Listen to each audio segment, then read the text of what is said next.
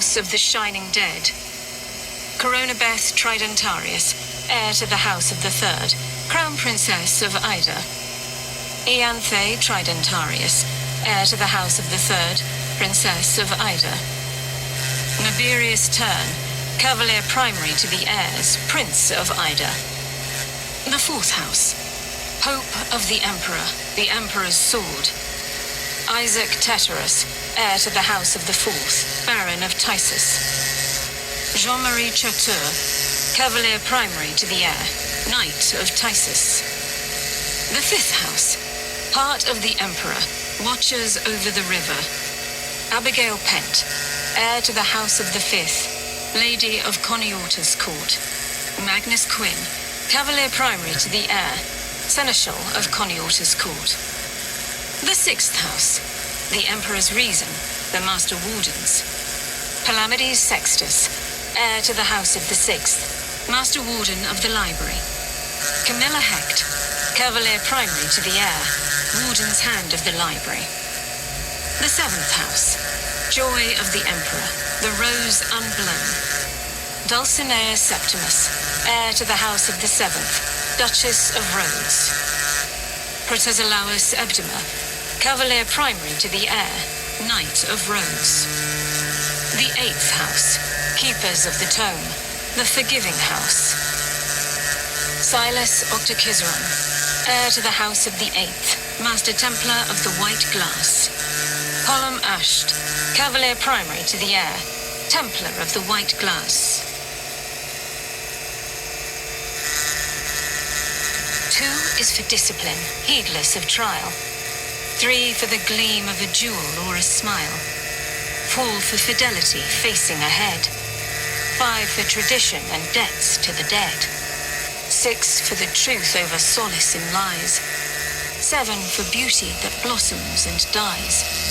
8 for salvation no matter the cost. 9 for the tomb and for all that was lost. Act 1. Chapter 1. In the myriadic year of our Lord, the 10,000th year of the King Undying, the kindly Prince of Death, Gideon Nav packed her sword, her shoes, and her dirty magazines, and she escaped from the House of the Ninth. She didn't run. Gideon never ran unless she had to. In the absolute darkness before dawn, she brushed her teeth without concern and splashed her face with water, and even went so far as to sweep the dust off the floor of her cell. She shook out her big black church robe and hung it from the hook. Having done this every day for over a decade, she no longer needed light to do it by. This late in the equinox, no light would make it here for months in any case. You could tell the season by how hard the heating vents were creaking. She dressed herself from head to toe in polymer and synthetic weave. She combed her hair. Then Gideon whistled through her teeth as she unlocked her security cuff and arranged it and its stolen key considerately on her pillow, like a chocolate in a fancy hotel. Leaving her cell and swinging her pack over one shoulder, she took the time to walk down 5 flights to her mother's nameless catacomb niche. This was pure sentiment, as her mother hadn't been there since Gideon was little and would never go back in it now. Then came the long hike up 22 flights the back way, not one light relieving the greasy dark, heading to the split-off shaft in the pit where her ride would arrive. The shuttle was due in 2 hours. Out here, you had an unimpeded view up to a pocket of ninth sky. It was soupy white where the atmosphere was pumped in thickest, and thin and navy where it wasn't. The bright bead of Domenicus winked benignly down from the mouth of the long vertical tunnel. In the dark, she made an opening amble of the field's perimeter, and she pressed her hands up hard against the cold and oily rock of the cave walls. Once this was done, she spent a long time methodically kicking apart every single innocuous drift and hummock of dirt and rock that had been left on the worn floor of the landing field. She dug the shabby steel toe of her boot into the hard-packed floor, but satisfied with the sheer improbability of anyone digging through it, left it alone. Not an inch of that huge, empty space did Gideon leave unchecked. And as the generator lights grumbled to half-hearted life, she checked it twice by sight. She climbed up the wire-meshed frames of the floodlights and checked them too, blinded by the glare, feeling blindly behind the metal housing, grimly comforted by what she didn't find. She parked herself on one of the destroyed humps of rubble in the dead center. The lamps made lackluster any real light. They explosively burst malformed shadow all around. The shades of the ninth were deep and shifty. They were bruise-colored and cold.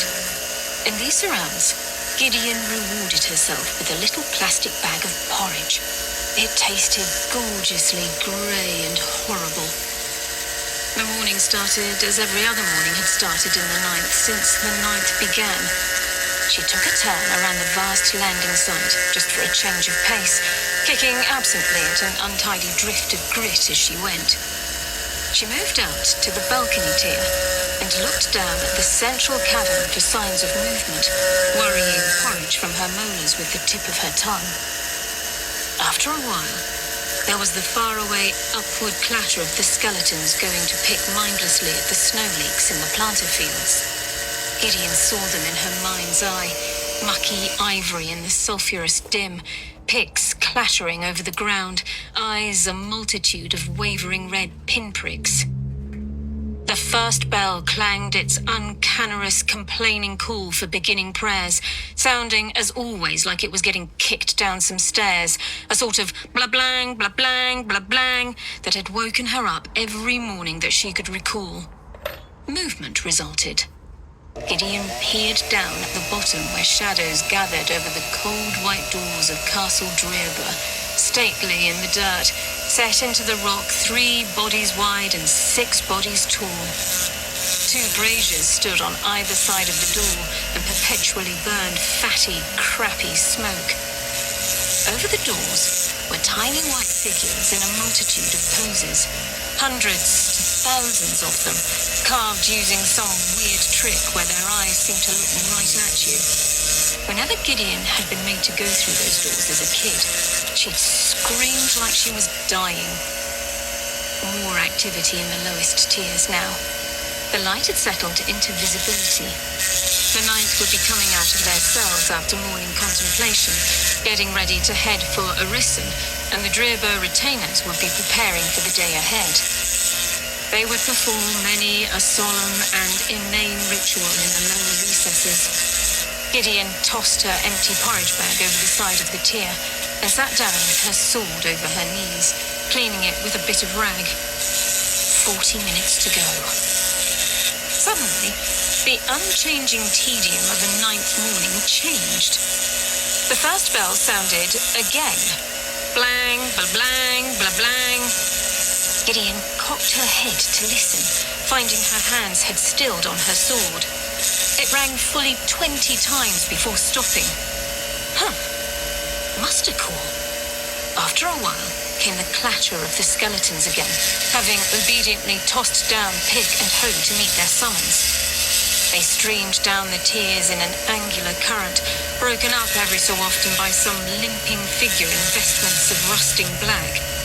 Gideon picked up her sword and cloth again. It was a cute try, but she wasn't buying. She didn't look up when heavy, stumping footsteps sounded on her tier, or for the rattle of rusting armor and the rusty rattle of breath. 30 whole minutes since I took it off, Crux, she said, hands busy. It's almost like you want me to leave here forever. Oh, shit, you absolutely do, though.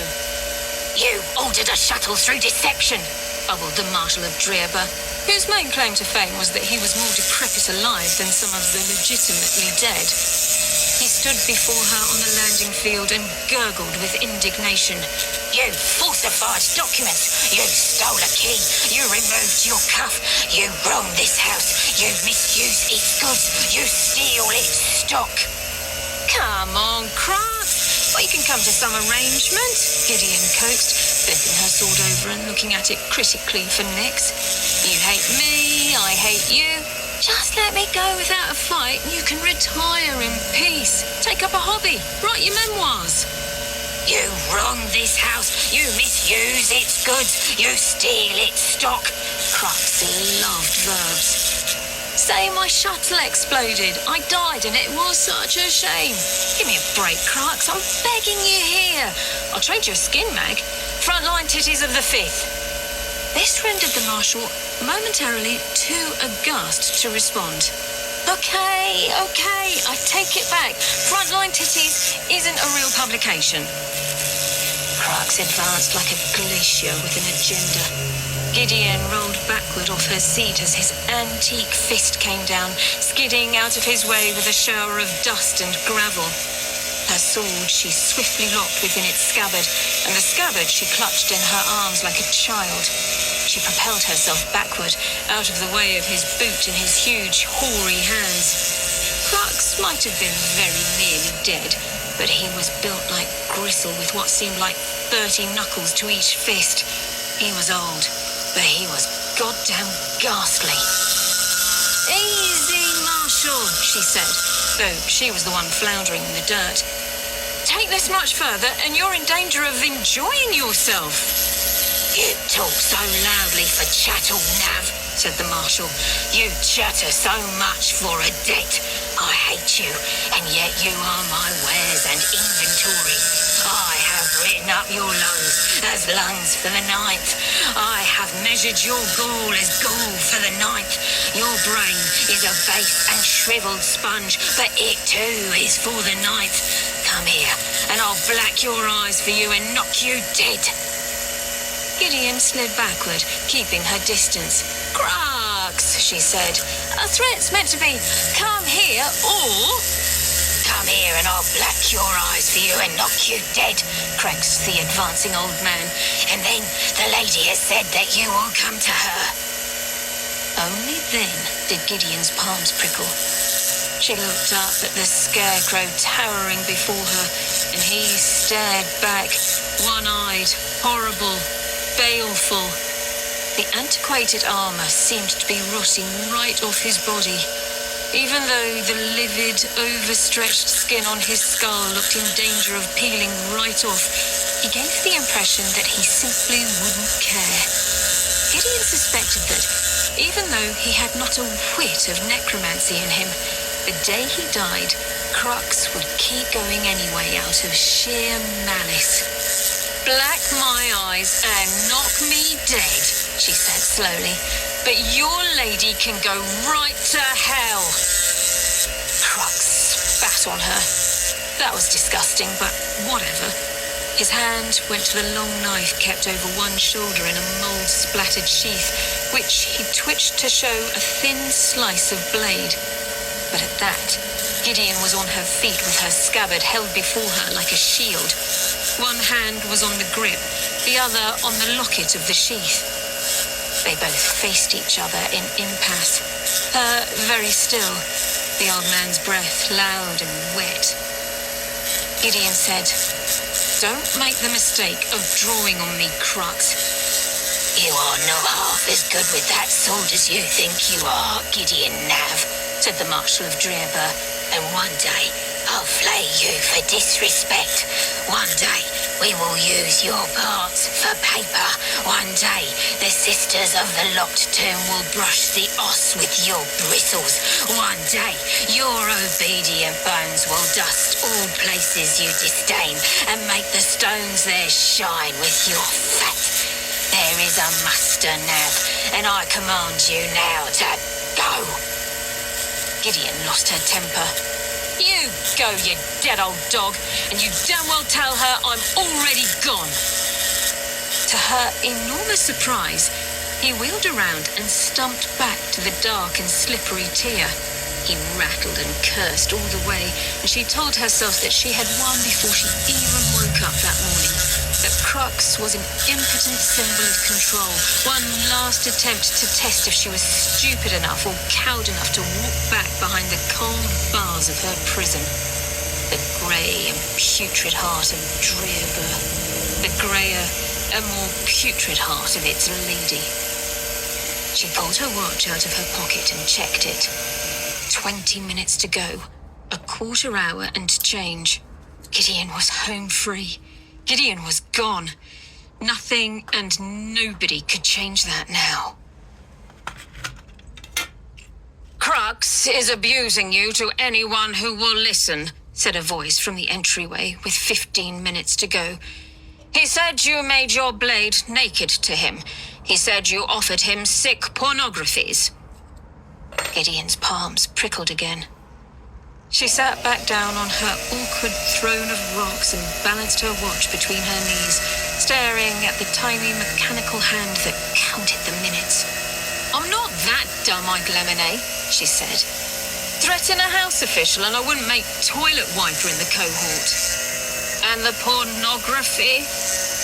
I did offer him stupendous work of a titty nature, and he got offended, said Gideon. It was a very perfect moment. The cohort's not going to care about that, though. Have I mentioned the cohort? You do know the cohort, right? The cohort I've left to enlist in 33 times? Save the drama, you baby, said her swordmaster. I know of your desires. Gleminay dragged herself into the small light of the landing field. The captain of the house guard had a head of melty scars and a missing leg, which an indifferently talented bone adept had replaced for her.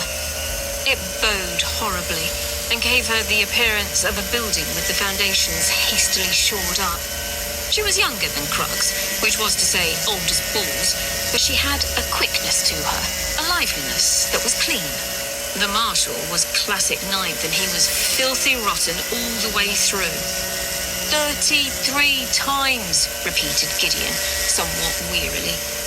She checked back on her clockwork. 14 minutes to go. The last time, she jammed me in the lift. The time before that, she turned off the heating and I got frostbite in 3 toes. Time before that, she poisoned my food and had me crapping blood for a month. Need I go on? Her teacher was unmoved. There was no disservice done. You didn't get her permission.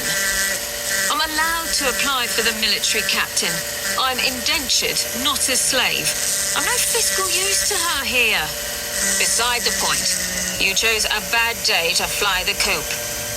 Gleminay jerked her head downward. There's house business and you're wanted downstairs. This is her being sad and desperate, said Gideon. This is her obsession. This is her need for control. There's nothing she can do. I'll keep my nose clean, keep my mouth shut. I'll even, you can write this down, you can quote me here, do my duty to the 9th house. But don't pretend at me, Gleminay, that the moment I go down there, a sack won't come down over my head and I won't spend the next 5 weeks concussed in an os. You egotistical fetus. You think Our Lady rang the muster call just for you? So, here's the thing. Your lady would set the locked tomb on fire if it meant I'd never see another sky, Gideon said, looking up. Your lady would stone cold eat a baby if it meant she got to lock me up infinitely. Your lady would slather burning turds on the great aunts if she thought it would ruin my day. Your lady is the nastiest When Gleminay slapped her, it had none of the trembling affrontedness Crux might have slapped her with.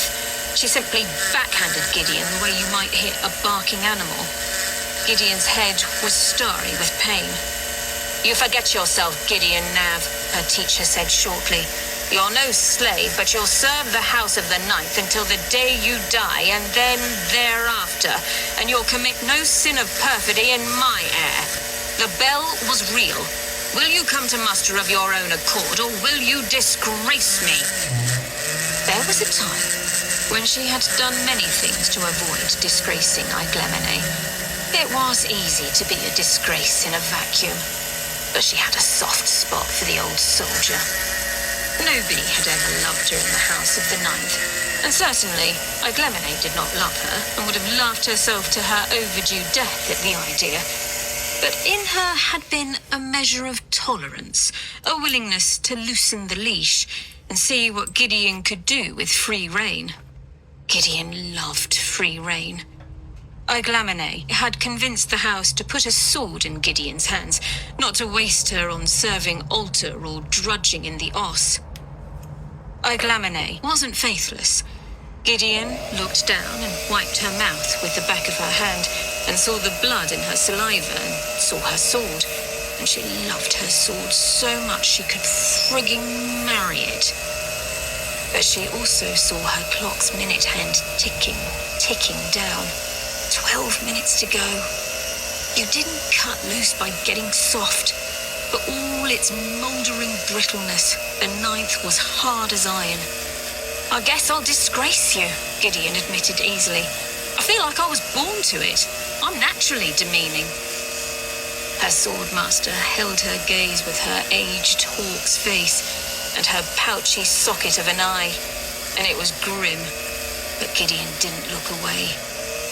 It would have made it somewhat easier if Iglamine had made a crux out of it and cursed her lavishly, but all she said was, "Such a quick study and you still don't understand. That's on my head, I suppose. The more you struggle against the 9th nav, the deeper it takes you. The louder you curse it, the louder they'll have you scream." Back straight as a poker, Iglamine walked away with her funny seesawing walk, and Gideon felt as though she'd failed a test. It didn't matter, she told herself. 2 down, none to go. 11 minutes until landing, her clockwork told her. 11 minutes and she was out. That was the only thing that mattered. That was the only thing that had mattered since a much younger Gideon had realized that. Unless she did something drastic, she was going to die here down in the dark. And, worst of all, that would only be the beginning. Nav was a Niner name, but Gideon didn't know where she'd been born. The remote, insensate planet where she lived was home to both the stronghold of the house and a tiny prison used only for those criminals whose crimes were too repugnant for their own houses to rehabilitate them on home turf. She'd never seen the place. The 9th house was an enormous hole cracked vertically into the planet's core, and the prison a bubble installation set halfway up into the atmosphere where the living conditions were probably a hell of a lot more clement. One day, 18 years ago, Gideon's mother had tumbled down the middle of the shaft in a drag chute and a battered hazard suit, like some moth drifting slowly down into the dark. The suit had been out of power for a couple of minutes. The woman landed brain dead. All the battery power had been sucked away by a biocontainer plugged into the suit, the kind you'd carry a transplant limb in, and inside that container was Gideon, only a day old. This was obviously mysterious as hell. Gideon had spent her life poring over the facts. The woman must have run out of juice an hour before landing. It was impossible that she would have cleared gravity from a drop above the planet, as her simple haz would have exploded. The prison, which recorded every coming and going obsessively, denied her as an escapee.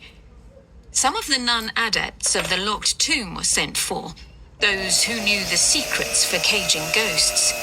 Even they, old in their power then, seasoned necromancers of the dark and powerful House of the 9th, couldn't rip the woman's shade back to explain herself. She would not be tempted back for fresh blood or old. She was too far gone by the time the exhausted nuns had tethered her by force, as though death had been a catalyst for the woman to hit the ground running, and they only got one word out of her. She had screamed, "Gideon! Gideon! Gideon!" 3 times and fled. If the 9th, enigmatic, uncanny 9th, the house of the sewn tongue, the anchorite's house, the house of heretical secrets, was nonplussed at having an infant on their hands, they moved fast anyway. The 9th had historically filled its halls with penitents from other houses, mystics and pilgrims who found the call of this dreary order more attractive than their own birthrights. In the antiquated rules of those supplicants who moved between the 8 great households, she was taken as a very small bondswoman, not of the 9th, but beholden to it. What greater debt could be accrued than that of being brought up? What position more honorable than vassal to Drirba? Let the baby grow up postulant. Push the child to be an oblate. They chipped her, surnamed her, and put her in the nursery. At that time, the tiny 9th house boasted 200 children between infancy and 19 years of age, and Gideon was numbered 201st. Less than 2 years later, Gideon Nav would be one of only 3 children left.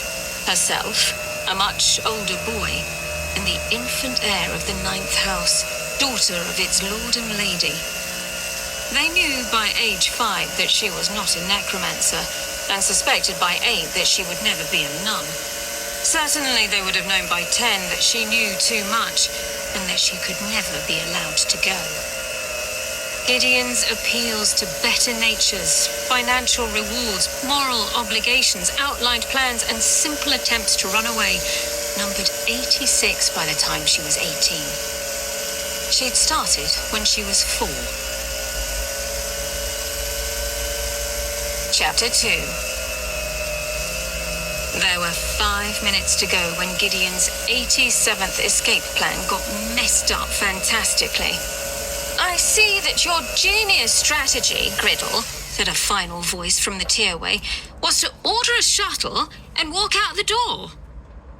The lady of the 9th house stood before the drill shaft, wearing black and sneering. Reverend daughter Harrowhawk Nonegimus had pretty much cornered the market on wearing black and sneering. It comprised 100% of her personality. Gideon marveled that someone could live in the universe only 17 years and yet wear black and sneer with such ancient self-assurance. Gideon said, "Hey, what can I say? I'm a tactician."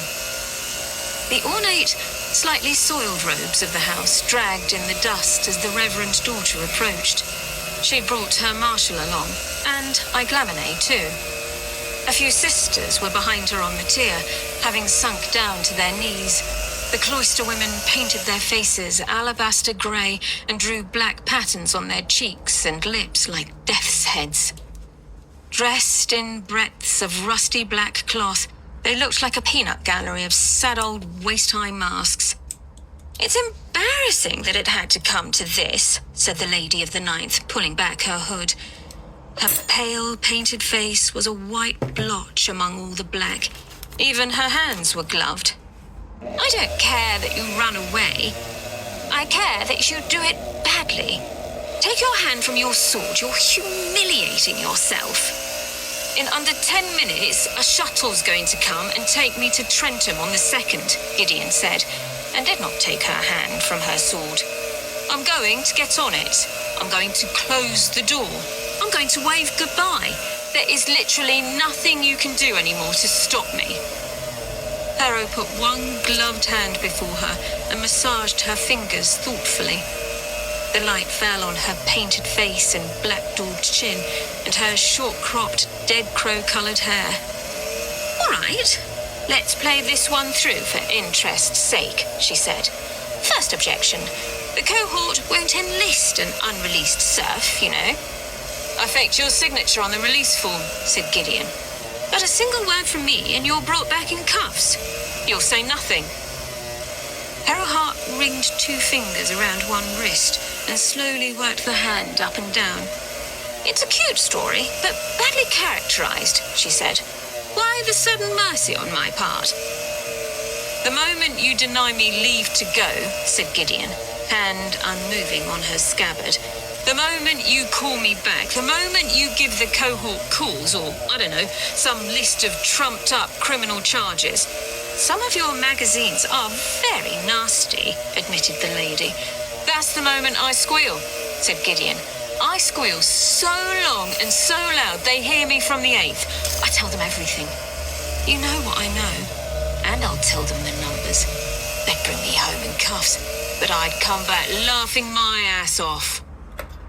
At that, Harrowhawk stopped working her scaphoid and glanced at Gideon. She gave a rather brusque hand-wave to the geriatric fan club behind her, and they scattered, tottering, kissing the floor and rattling both their prayer beads and their unlubricated knee joints, disappearing into the darkness and down the tier. Only Crux and Iglamine stayed. Then Harrow cocked her head to the side like a quizzical bird and smiled a tiny, contemptuous smile. "How coarse and ordinary," she said. "How effective. How crass. My parents should have smothered you." "I'd like to see them try it now," said Gideon, unmoved. "You'd do it, even if there was no ultimate game," the lady said, and she even seemed to be marvelling at it. "Even though you know what you'd suffer, even though you know what it means, and all because..." "All because," said Gideon, checking her clock again, "I completely fucking hate you. Because you are a hideous witch from hell. No offence." There was a pause. "Oh, Riddle," said Harrow pityingly in the silence. "But I don't even remember about you most of the time." They stared at each other. There was a lopsided smile tugging at Gideon's mouth, unsuppressed,